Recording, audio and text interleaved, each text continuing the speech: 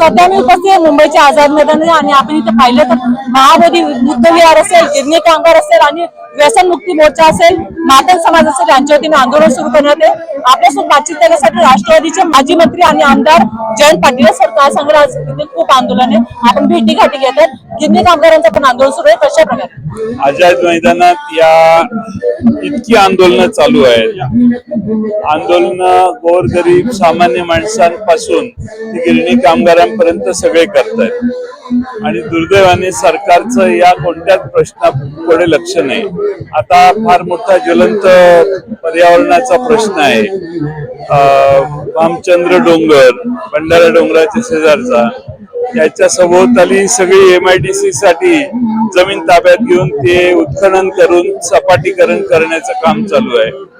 मधुसूदन महाराज गेले 19 वर्ष याची लढाई देत आहेत आणि संरक्षक संघर्ष समिती त्यांनी केलेली आहे, ते इथं आता पुन्हा वारंवार येत आहेत, सरकारने नोंद घेतलेली नाही।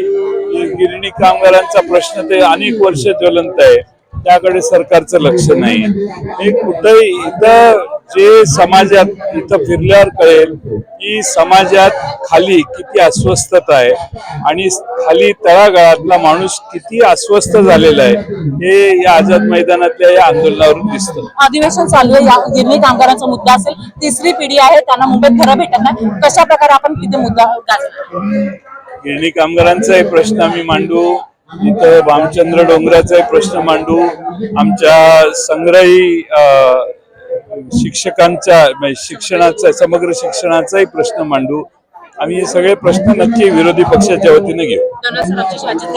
तर आपल्यासोबत होते राष्ट्रवादी माजी मंत्री आणि आमदार जयंतराव पाटील, ज्यांनी सांगितले की गिरणी कामगारांचा मुद्दा असेल किंवा मातंग समाजाचा मुद्दा असेल, तो आम्ही या अधिवेशनामध्ये नक्की हा मुद्दा गाजवणार आहे आणि लोकांना न्याय मिळवून देणार आहे। व्हिडिओ जर्नलिस्ट मी प्रियंका सिंग, दिव्य भारत न्यूज, आझाद मैदान, मुंबई।